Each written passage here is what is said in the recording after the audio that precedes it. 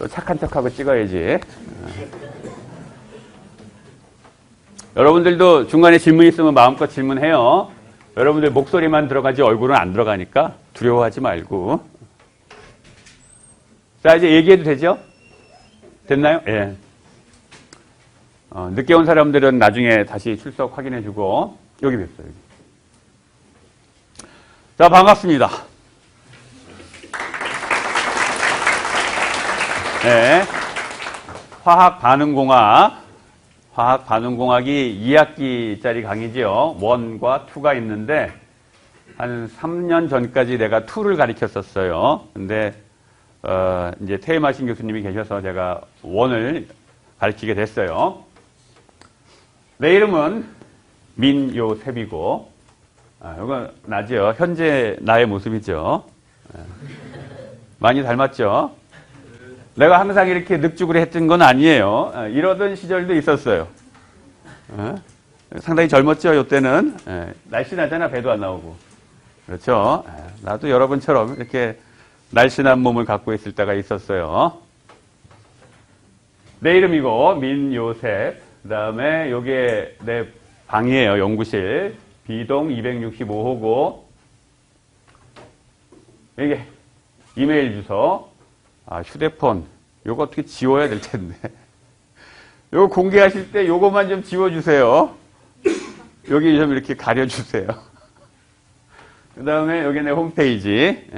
이 정보를 다 공개하는 건 여러분들이 뭐 상담이나 강의 내용 갖고 질문이 있든지 또는 뭐 상담할 게 있으면 찾아오고 연락하라고 알려주는 거예요. 나랑 강의 처음 하는 사람 한번 손 들어보세요. 나랑 강의 처음 하는 사람.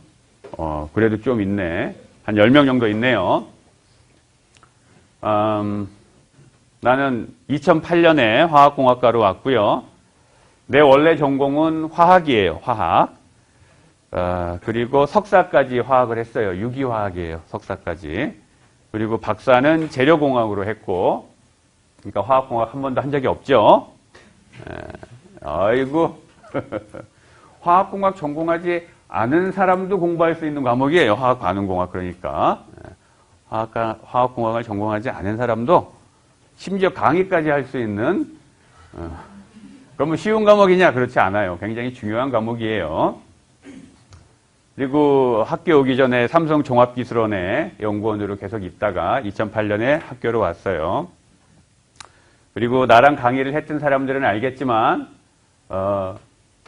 굉장히 괴롭히죠, 여러분들을. 똑같이 할 거예요. 올해는 더 괴로울 거예요. 내가 새로운 걸 좀 추가했거든. 비장의 무기 좀 이따 소개하도록 하고.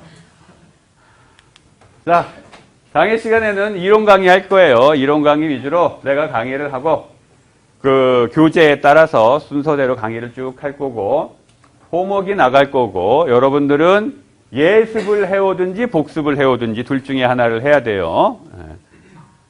그런데 아마도 복습을 하는 게 이번 학기는 편할 것 같아요. 왜냐하면 동영상을 지금 찍고 있기 때문에 동영상을 나중에 다시 보면서 복습을 하면 되겠지.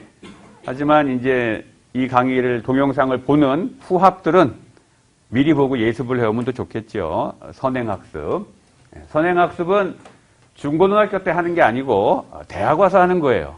쓸데없이 중고등학교 때 선행학습하는 게 아니고 진짜로. 나도 그랬었어요. 선행학습하고 강의 들었어. 혼자서 공부하고. 그 다음에 시험은 2번 볼 거예요.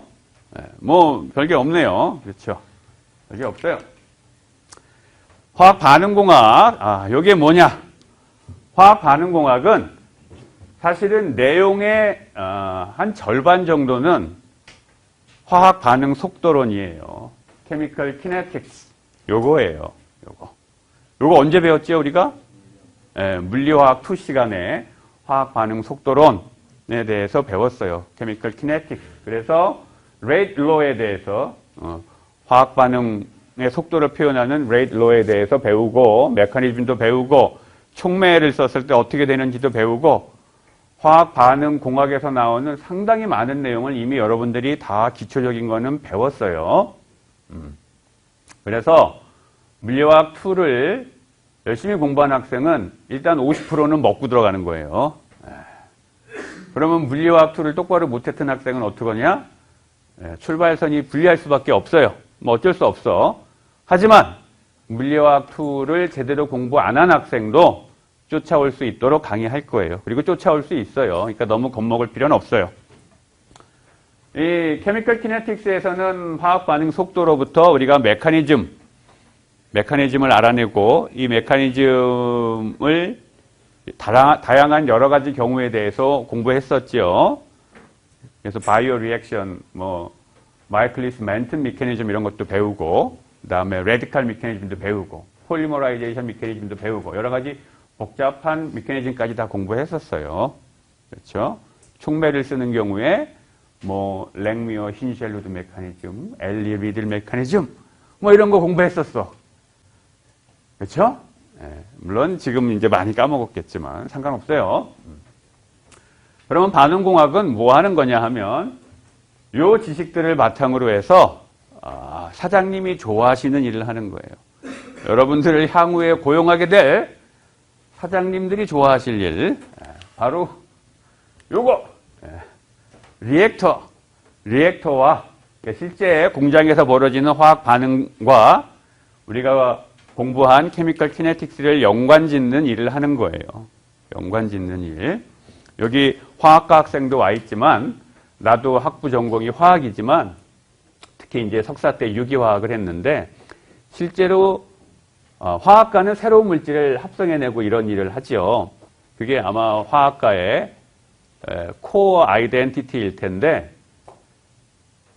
화학과에서 새로운 물질을 합성하면서 내가 늘 궁금했던 게 어떠한 물질을 합성할 때 보면 처음에는 이제 아주 소량 합성을 해요. 아주 작은 플라스크에다가 또는 테스트 튜브에다가 아주 소량 합성을 해서 물질이 만들어지는지를 NMR이나 이런 걸로 이제 검증을 하지요. 그런데 소량으로 합성했던 거를 이제 어디엔가 쓰기 위해서 대량으로 스케일업을 하다 보면 작은 플라스크에서는 잘 됐는데 스케일업을 하면 이게 좀 잘 안 되는 경우가 많이 있어요. 뿐만 아니라 이거를 실제로 공장에서 대량으로 만들어서 팔아먹으려면, 그래서 돈을 벌려면 한심하게 이 플라스크에다가 반응하고 있을 수는 없을 텐데 이거 도대체 어떻게 할까 늘 궁금했었어요. 바로 그 궁금증에 대한 답을 주는 과목이 이 화학반응공학이에요. 그래서 나는 처음에 이 화학반응공학을 강의하기 위해서 이제 혼자 열심히 공부를 했는데 그때 너무 즐거웠어요. 내가 학부 때 갖고 있던 또는 석사과정 때 갖고 있던 그 여러 가지 의문에 대해서 답이 다 나와 있어서 너무 아주 즐겁게 혼자 아주 즐겁게 공부했던 과목이에요. 지금은 여러분들 앞에서 강의를 하고 있지만 그래서 리액터와 케미컬 키네틱스를 연관지어주는 과목이다. 실제로 사장님이 돈을 벌기 위해서 A라는 물질을 만드는 공장을 만들고 싶다. 또는 공장이 있다라고 할 때 어떤 종류의 리액터를 써야 되고 그 리액터를 어떤 조건에서 운전을 해야 되고 얼마나 긴 시간 동안 반응을 해야 되고 이런 모든 것들에 대한 답이 이 화학반응공학을 공부하면 거기에 있어요. 따라서 화학공학도가 다른 공학을 전공하는 사람과 다른 차이점이 바로 화학반응공학에 있는 거예요. 화학반응공학은 정말로 화학공학과에 있어서 코어 중에 코어인 과목이에요. 화학반응공학을 그래서 제대로 공부 안 하고 졸업하면 나는 그냥 공학을 전공하고 했지 화학공학을 전공한 건 아니다 라고 얘기하는 것과 다르지 않아요. 여러분들이 열심히 공부해야 되는 과목이다 라는 얘기고 넘어갑시다. 이거 어차피 이제 공부할 거니까. 교재. 교재는 요 책입니다. 요거는 아마 미국 학생들이 보는 책의 표지인가 봐요. 여러분들이 서점 가면 아마 요 책이 있을 텐데 같은 책이에요. Essentials of Chemical Reaction Engineering 이렇게 돼 있는 요 책을 교재로 쓸 거예요. 이 책의 저자는 포글러라는 사람이고요. 이분이 쓴 책이 요 책이 나오기 전에 먼저 요 책이 있었어요. Elements of Chemical Reaction Engineering. 요 책이 있었어. 그래서 내가 2008년부터 2011년까지 강의할 때는 사실은 이 책을 갖고 했었어요. 그런데 이 책은 좀 분량이 많아요. 분량이 많아서 여기에서 학부 때 꼭 다뤄야 될 내용들만 추려갖고 만들어낸 책이 이 책이에요. 이 책에 에센셜만 모아놓은 거, 그게 이 책이에요. 그래서 이 책 갖고 할 거예요. 이 책이 전부 아마 챕터가 13개인가 그럴 텐데 13개 맞나? 네, 13개 맞네. 챕터가 13개인데 1학기 때 8개의 챕터를 다룰 거예요. 그리고 2학기 때 만약에 내가 계속 하게 된다면 나머지 챕터를 다룰 거고 여러분들 선배들은 내가 강의 안 하고 다른 분들이 강의하실 때 아마 이 책 갖고 했을 거예요. 레벤스피엘이라는 분이 쓴 책이에요. 이게 원래 유명한 책이었어요. 그런데 내가 보기에는 이 책보다는 학생들이 공부하기에는 포글러가 쓴 책이 훨씬 더 체계적으로 잘 돼 있는 것 같아요. 혼자 공부하기도 좋고. 그래서 이 포글러 책으로 결정했어요. 권장하기는 이번 학기 강의는 우리말로 강의하지만 여러분들이 교재는 이 원서 교재를 쓰면 좋을 것 같아요. 뭐 영어도 굉장히 평이한 영어로 써놨어요. 이분이 영어를 그렇게 잘하는 것 같진 않아 읽다 보면. 문장이 좀 이상한 문장도 있긴 한데 그래도 하여간 잘 썼어요. 미국 사람 치고는 아주 잘 썼어요, 영어를. 자, 아까 얘기했듯이 이 강의를 이제 잘 이해를 하려면 여러분들이 차근차근 저학년 과목들을 수강했어야 하지요. 그래서 여기 적어 있는 것처럼 뭐 일반 물리 또는 대학 물리 여러분들 같으면 물리학 및 연습 1, 2 이런 거죠. 이런 걸 수강하면 아주 좋은 학생이죠. 그 다음에 일반 물리 1, 2, 물리학 1, 2 해야 될 거 많다.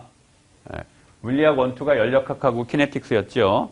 이것까지 다 공부하고 그 다음에 2학년 2학기 때 화공 연력학 1까지 다 들었으면 그리고 수학도 미적분 하는데 아무 문제가 없으면 이 강의를 듣는데 아무 문제가 없어요. 하지만 여기 있는 것 중에 나는 이게 좀 약한데요. 물리가 약해서 이런 학생들 있죠. 그 다음에 뭐 수학이 약해서 이런 학생들. 뭐 엄청난 수학이 나오는 게 아니니까 걱정할 필요는 없어요. 다 쫓아올 수 있어요. 무엇보다 중요한 거는 예습을 하든 복습을 하든 둘 중에 하나는 반드시 해야 돼요. 예습이 됐든 복습이 됐든 둘 중에 하나라도 제대로 안 하면 학점을 제대로 못 딸 거고 나를 여러 번 다시 보게 될 거예요. 알잖아, 그지? 이미 나랑 했던 사람들은 다 알죠? 자, 챕터 한번 구경해 봅시다. 1장 몰 밸런스. 이거 다 아는 거 아니야. 몰 밸런스. 뭐 양론 시간에 뭐 지겹도록 했던 거죠. 이거 다 아는 거야. 그래서 이건 금방 끝나요. 강의 2번 하면 끝나. 그 다음에 컨버전하고 리액터 사이징. 얼마나 리액터를 크게 해야 되냐. 또는 반응 시간을 얼마나 길게 해야 되냐. 뭐 이런 얘기 할 거고. 반응 속도식. 그 다음에 스토이키오메트리. 이런 얘기를 중간고사 전까지 할 거예요.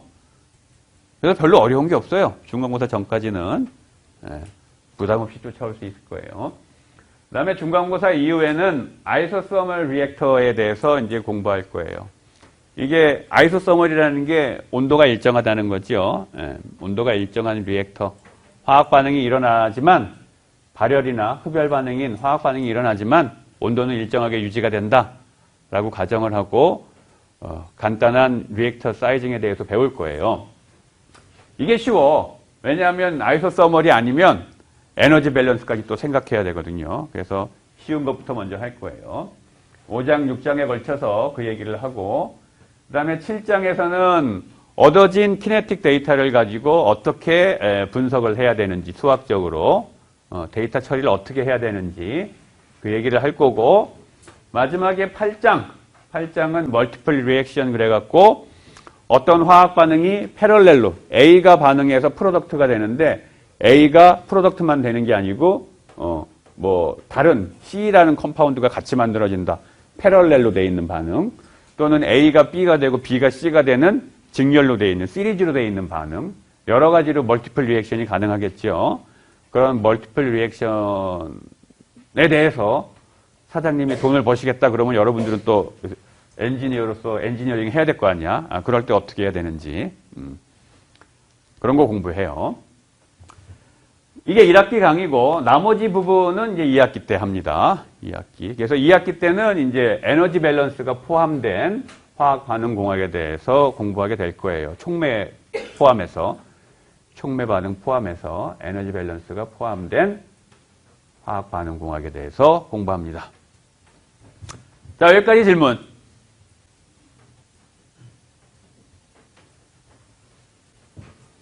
질문 없어요?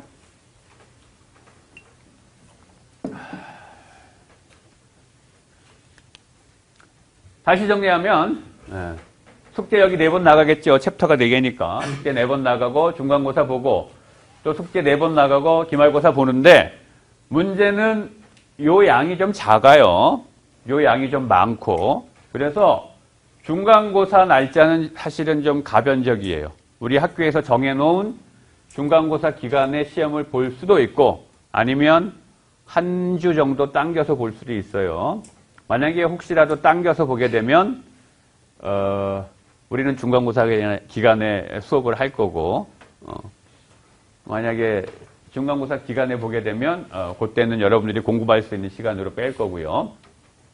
그리고 혹시나 진도가 좀 딜레이 된다 그렇게 되면 요 마지막 챕터는 뺄 수도 있는데 아마 그런 일은 별로 안 벌어질 것 같아요. 항상 내가 이렇게 얘기하면 진도 다 나가고 뒤에 가서 시간이 남더라고. 그래서 뭘 더 하지? 항상 이렇게 되기 때문에 별로 그런 일은 없을 것 같은데 혹시 모르니까 미리 얘기해 두는 거예요. 그 다음에 여러분들의 관심사가 이제 여기 있는 시험인데 중간하고 기말 시험이죠. 시험은 클로즈드 북으로 봅니다. 나랑 처음 하는 사람들 때문에 얘기하는 거예요. 오픈북이 아니고 클로즈드 북인데 단 여러분들이 우리 학생들 말을 빌리면 깜지를 들고 들어올 수 있어요. 여기서 깜지란 무엇이냐 하면 누구 샘플 갖고 있나 혹시? A4 용지 한 장의 앞뒤면에다가 중간고사다 그러면 중간고사 시험 준비하면서 여러분들이 뭐 요약한 거 있을 거잖아. 손으로 적은 무엇이든지 A4 용지 한 장의 앞뒷면에다가 적어갖고 시험에 올 수 있어요. 따라서 세미 오픈북이나 마찬가지죠. 단 이 깜지에 여러분들 능력과 폰트는 조절해서 쓰는데 책이나 어떤 자료에 있는 걸 출력을 해서 그거를 여기다 붙이는 건 안 돼요. 그래프나 테이블이 필요하다 그러면 그거 손으로 적으세요. 무조건 손으로 적은 것만 돼. 그 다음에 A4 앞뒷면 한 장인데 나는 공부를 너무 많이 해서 공간이 부족해. 그래서 막 포스트잇 붙이고 이렇게 너덜너덜 요거 안 됩니다. 실효 면적이 A4 앞뒷면이에요. 여기 한 페이지 뒷페이지 다 적고 또 포스트잇 붙여갖고 이 너덜너덜하게 해갖고 면적을 늘리는 이런 편법 요거 안 됩니다. 그래서 앞뒷면에 뭐든지 다 적어와도 되는데 출력해서 붙이는 거 안 되고 포스트잇 붙이는 거 안 되고 알았죠?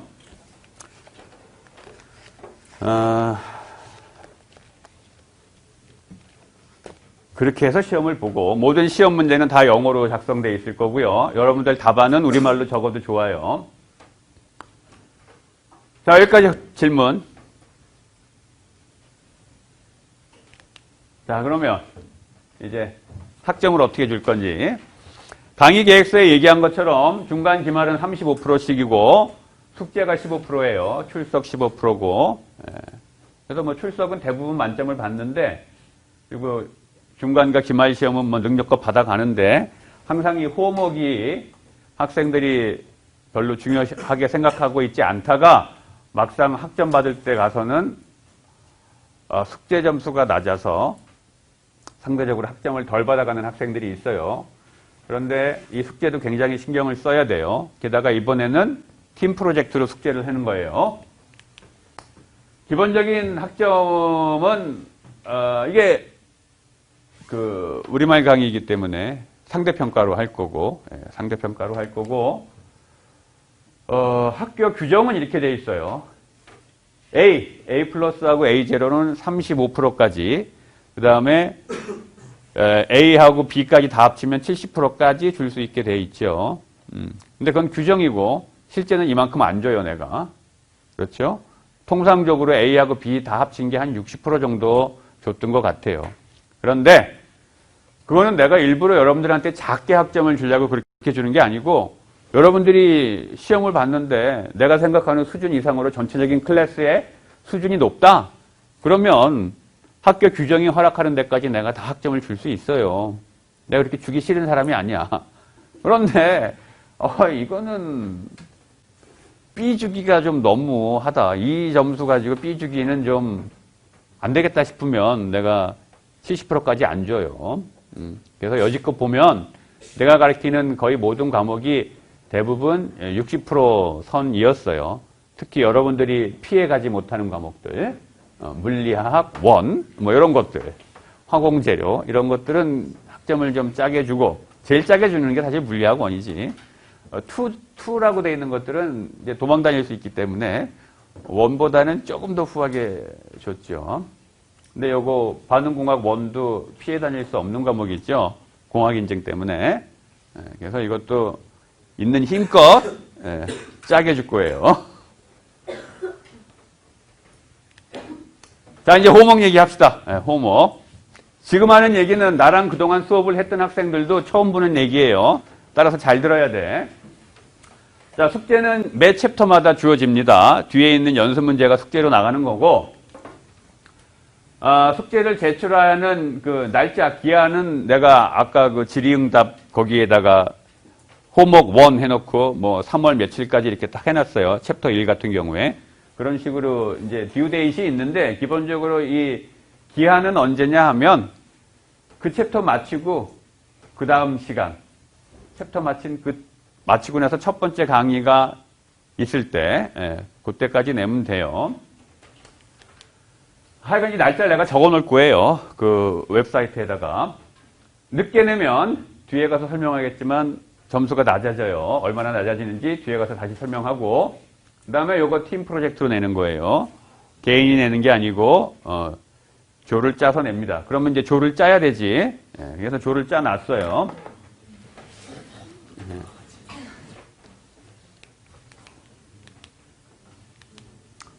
자, 팀 액티비티로 하는 거고, 모든 숙제는 매스케이드를 이용을 해서 합니다. 이 매스케이드라는 건 여러분들이 아마 그 매틀랩이라고 배웠죠? 뭐 그거 몰라도 상관없어요. 매스케이드라는 수학 소프트웨어가 있어요. 수학 소프트웨어. 그거 정식 버전을 우리가 샀어요. 과에서. 정식 버전을 샀고 25명이 동시 접속할 수 있어요. 그러니까 여러분들이 뭐 한꺼번에 다 접속할 일은 없기 때문에 아마 25개의 라이센스면 충분하다고 생각이 들어서 그렇게 샀고, 그래서 여러분들이 이 매스케이드라는 거를 사용을 해서 숙제를 해야 되는데, 이 매스케이드는 수학 소프트웨어인데 현존하는 수학 소프트웨어 중에 가장 쓰기가 그냥 쉬워요. 그리고 남이 작성해 놓은 문서도 그냥 이렇게 보기만 하면 마치 워드 문서 작성해 놓은 것처럼 돼 있기 때문에 보면 금방 이해할 수 있고, 그래서 이 소프트웨어를 샀고 여러분들이 이거를 이용해서 숙제를 해야 돼요. 일단 보여주면 이게 지금 매스케이드로 만들어 놓은 여러분들 템플릿이에요. 이 템플릿도 공지사항에다 올려놨어요. 예를 들면 홈워크 리포트 첫 번째 챕터 1 넘버 1 여기에 뭐 중얼중얼 뭐 이렇게 써 있는데 이건 다 필요 없고, 여기에 뭐 1조다 그럼 팀 1, 그 다음에 뭐 조원이 10명이다 그럼 10명의 이름과 학번 쭉 적으면 되고, 그렇죠? 그 다음에 늘상 내가 얘기하듯이 문제를 적어야 되죠. 여기에 뭐 챕터 1의 1번 뭐 번호 적고 문제 적고, 그렇죠? 문제 적고 그 다음에 어떤 식으로 이 문제를 이제 풀려고 하는지 접근 방법을 적고, 늘상 하던 거잖아요, 여러분들. 내 숙제 늘 이렇게 했죠? 접근 방법 적고. 그 다음에 실제 풀이 과정을 쭉 적고. 여기가 이제 실제로 수학 소프트웨어가 기능을 하는 영역이겠죠? 쭉 다 적고. 그 다음에 final answer. 여기에 그래서 최종적으로 답이 어떻게 나왔는지 그 답을 적고, 여기까지는 인터넷 열심히 뒤지면 아마 솔루션 매뉴얼을 누군가 찾아낼 수도 있는데, 다 있는 내용이야. 하지만 가장 중요한 게 요 밑에죠. 여기에다 여러분들 고유의 디스커션을 해야 돼요. 여기 physical and or chemical meaning. 그래서 답이 나오면 이 답이 의미하는 바가 뭔지에 대해서 여러분들 스스로 디스커션 해가지고 그 의미 부여를 여기다 하는 거예요. 디스커션한 내용들을. 알았죠? 그래서 실제로 채점을 할 때는 거의 이거를 보고 채점을 하게 되죠. 왜냐하면 이 위에 있는 내용은 인터넷 뒤지면 다 나와. 그래서 채점은 요거 보고 합니다. 이거 보고. 물론 이 위에가 너무 부실하면 여기가 잘 쓰여져 있어도 감점이 될 수 있지만. 알았죠? 그래서 이 템플릿을 이용을 해서 하고, 이 맥스캐드라는 소프트웨어 쓰는 방법을 몰라요. 라고 질문할 수 있죠? 그래서 수업 시간에 예제 같은 게 나오면 이 맥스캐드 갖고 하는 걸 실제로 보여줄 거예요. 그래서 여러분들이 그때 보면서 하면 돼요. 이게 하나도 어렵지 않아요. 내가 할 수 있으면 다 할 수 있는 거야. 하나도 어렵지 않아요.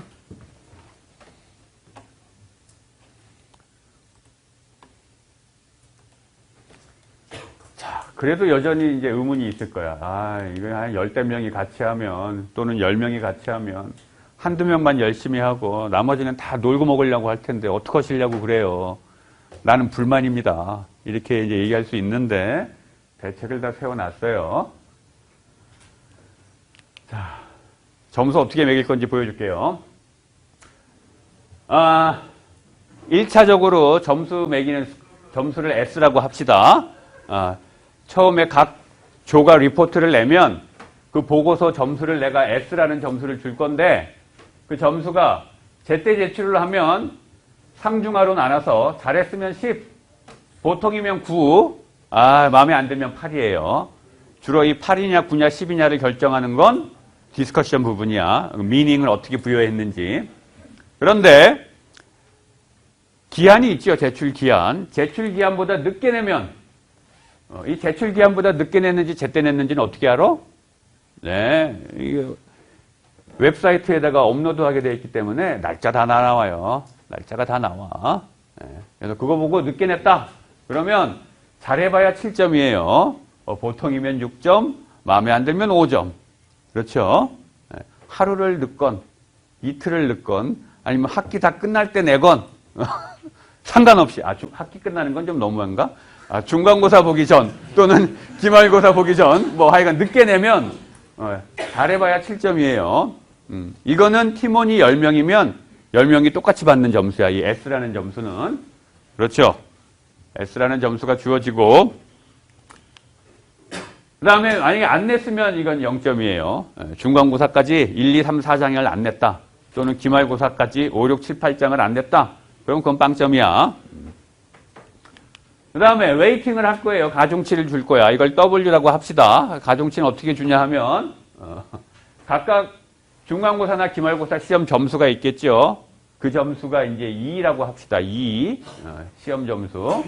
그러면 시험 점수가 평균 더하기 5점보다 높아. 학생 개개인이 받은 시험 점수가 중간고사 평균이 예를 들어서 50점이라고 합시다. 그러면 55점보다 높아. 그러면 그 학생한테는 가중치 1을 줄 거예요. 1. 그래서 만약에 여기서 10점을 받았으면 그대로 10점을 가져가는 거예요. 그런데 시험을 봤는데 이 학생의 점수가 평균이 50점이 나왔는데 이 학생이 받은 점수가 45점부터 55점 사이야. 그럼 가중치 0.9예요. 그래서 10점을 받았으면 9점만 가져가는 거예요. 9점만. 놀고 먹을 수 없겠죠. 그래서. 그 다음에 평균보다 5점 이하야. 평균이 50점인데 45점 이하예요. 본인이 받은 점수가. 그러면 가중치 0.8 이에요. 이렇게 가중치를 줄 거예요. 이 웨이트를 주는 이유는 두 가지예요. 하나는 숙제할 때 놀고 먹는 사람 없게 만들려고. 두 번째는 숙제하는 이유는 이해도를 높이기 위해서. 결국은 시험 잘 보려고 숙제도 하는 거잖아. 근데 숙제 열심히 해놓고 시험 못 보면 사실 숙제를 제대로 안 했다는 얘기예요. 공부를 제대로. 그래서 이렇게 웨이트를 줄 거예요. 따라서 최종적인 점수는 이 식에 의해서 이제 파이널 스코어는 전부 8번을 퍼스트 스코어에다가 웨이트 곱한 거, n이 1부터 4까지는 중간고사, n이 5부터 8까지는 기말고사 점수 가지고 웨이트를 해가지고 다 더한 다음에 나누기 8한 거, 이거겠죠. 이렇게 해서 숙제 점수를 줄 겁니다. 오케이? 아주 공평하죠? 이게 뭐 10명이 한 조가 되든 15명이 한 조가 되든 상관없어요. 사실은 3명 이상이 되면 3명이 하든 30명이 하든 똑같아요. 열심히 하는 사람 몇 명만 있으면 잘할 수 있기 때문에. 다만 그 나머지 친구들은 덩달아 친구 잘 만난 덕에 1차 점수를 잘 받을 수 있지만 신나게 논 친구는 여기서 0.8을 곱하기 때문에 뚝 떨어질 거예요. 걱정 안 해도 돼요. 오케이? 자, 여기까지 질문.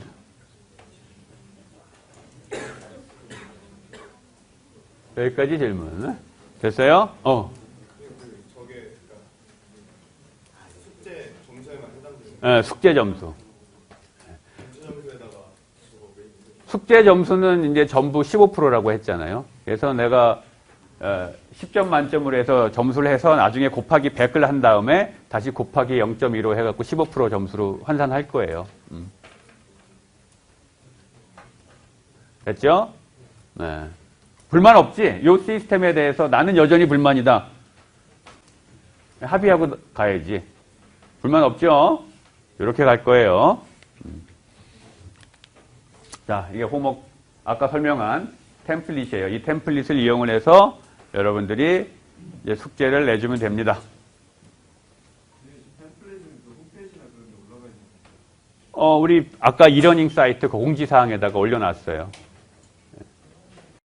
이것도 여러분들이 작성을 다 하고 나면 여기 날짜가 나오게 돼 있어요. 그래서 그 사이트에다가 업로드한 날짜도 있고 여러분들이 이 파일을 생성한 날짜가 여기 자동으로 만들어지게 해놨기 때문에 늦게 낸 거 다 스크리닝이 돼요. 그러니까 제때 내려고 해야 돼. 좀 부족하더라도 제때 내는 게 유리하지. 완성도를 높이겠다고 늦게 내면 잘해야 7점이에요. 만회가 안 돼요. 이 매스캐드는 우리가 돈을 꽤 주고 라이센스를 산 거예요. 그런데 학교 내에서만 동작이 돼요. 학교 내에서만. 그래서 여러분들이 어떻게 이걸 설치하면 되냐 하면 그 매스캐드 프라임 3.0 또는 그냥 매스캐드라고 치면 구글에서 매스캐드라고 치면 이 매스캐드를 다운로드하는 웹사이트가 떠요. 그래서 그거를 컴퓨터에다가 설치하면 집에서도 설치할 수 있어요. 우리가 산 버전은 매스캐드 프라임 3.0인데 집에서 설치하면 매스캐드 프라임 3.0의 익스프레스 버전이라는 게 깔리게 돼요. 이 익스프레스 버전은 무료예요. 그리고 누구나 다운로드해서 깔 수 있어. 뭐 설치하다 보면 중간에 3가지 카테고리를 설치하게 되는데 그중에 가운데 카테고리가 설치에 실패했다고 뜨는데 그거 무시하고 그냥 계속 끝까지 가면 돼요. 그럼 설치가 다 되고 그 상태에서 여러분들이 가장 매스캐드의 기본적인 기능은 집에서도 쓸 수 있어요. 그런데 매스캐드 안에 있는 모든 기능을 다 쓰려면 라이센스에 접근을 해야 되는데 그 라이센스에 접근하는 방법은 이렇게 매스캐드가 있으면 여기 M이라고 있죠. 여기 M이라고 있어요. 요거를 클릭을 하고 여기 옵션이 있죠. 옵션에 들어가면 창이 하나 떠요. 그리고 여기에 보면 라이센스라고 있죠. 네. 여기에 들어가서 라이센스가 저장되어 있는 컴퓨터 정보를 여기다 입력을 해주고 하면 이제 여러분들이 설치했던 익스프레스 버전의 무료 버전의 매스캐드가 전체 기능을 다 사용하는 버전으로 바뀌게 돼요. 지금 현재 이것도 라이센스가 물려있지 않기 때문에 여기 보면 수학이라는 탭에 들어갔는데 일부 이런 거는 활성화되어 있지만 이런 거 활성화 안 되어 있잖아. 그렇죠? 이게 지금 라이센스하고 물려있지 않아서 그래요. 조만간에 라이센스가 다 연결되게 해줄 거고 여러분들이 그래서 노트북을 갖고 와서 학교에서 하면 돼요. 다만 집에 가서 하면 매스캐드 프라임 3.0의 풀 버전이 동작하는 게 아니고 집에서는 익스프레스 버전 부분적으로만 동작을 해요. 학교 갖고 와서 하면 다 되고 우리 공대 전산실이 있죠. 거기에는 다 설치해 놓을 거예요. 그래서 학교 안에 있는 컴퓨터 갖고는 풀 버전을 다 쓸 수 있고 집에 가서는 간략 버전 일부 기능만 동작하는 걸 쓸 수 있는데 상당히 많은 양의 숙제는 사실은 뭐 피지컬 미닝을 적는다거나 문제를 적는다거나 하는 그런 행위는 그런 게 시간이 좀 걸릴 거 아니야. 근데 그런 거는 다 그냥 텍스트잖아요. 그래서 그런 기능은 집에서도 다 할 수 있어요. 어차피 풀 버전이 필요 없어. 그런 거 하는 데는. 그래서 템플릿에다가 뭐 문제 적고 푸는 거는 여러분들이 일단 손으로 다 해봐야 될 거 아니야. 그리고 나서 이제 매스캐드 써가지고 보고서를 만들 텐데 그때 피지컬 미닝까지 작성하고 하는 거는 다 여러분들이 손으로 해본 다음에 그 텍스트로 집에서도 다 할 수 있고 그 수학 영역, 수학적으로 처리해야 되는 부분을 하는 거는 아마 풀 버전이 필요할 텐데 그건 학교 와서 하면 돼요. 오케이? 조별로. 여러분들이 뭐 숙제 1은 네가 하고 숙제 2는 네가 하고 이렇게 뭐 숙제별로 쪼개든지 아니면 제일 영리해 보이는 친구한테 퉁으로 다 맡기든지 그건 조에서 알아서 하세요.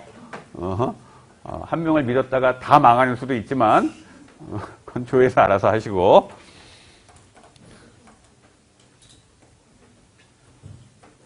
자, 또 질문. 영어로 작성하는 영어로 가봅시다, 우리. 뭐, 우리말로 해도 상관없어요. 예, 우리말로 해도 상관없는데, 뭐, 이왕이면 책도 영어 책인데, 뭐, 영어로 영어, 우리말 다 좋아요. 예, 아무 말로 해도. 이 강의는 현재 영어 강의 아니기 때문에, 이게 영어 강의면 다 영어로 하라고 할 텐데. 또, 근데 문제 적을 때는 영어로 적으세요. 예. 나는 우리말 번역서가 없어요.